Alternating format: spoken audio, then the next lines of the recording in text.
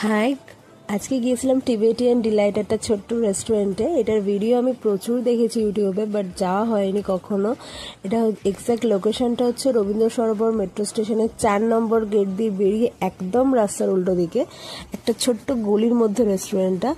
মানে ভেতরে জায়গাটা খুবই ছোট মতন, খুব যে বিশাল অনেক জায়গা আছে এটা তা না। 4টে মাত্র টেবিল আর ছোট ছোট বেশ লাল লাল লাইটগুলো ঝুলছে এখানে।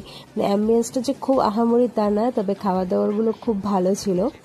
আমি মেনু কার্ডটা তোমাদের সাথে শেয়ার করছি, তোমরা ভিডিওটা পজ করে মেনুটা দেখে নিও কি কি আছে, কীরকম কি প্রাইস।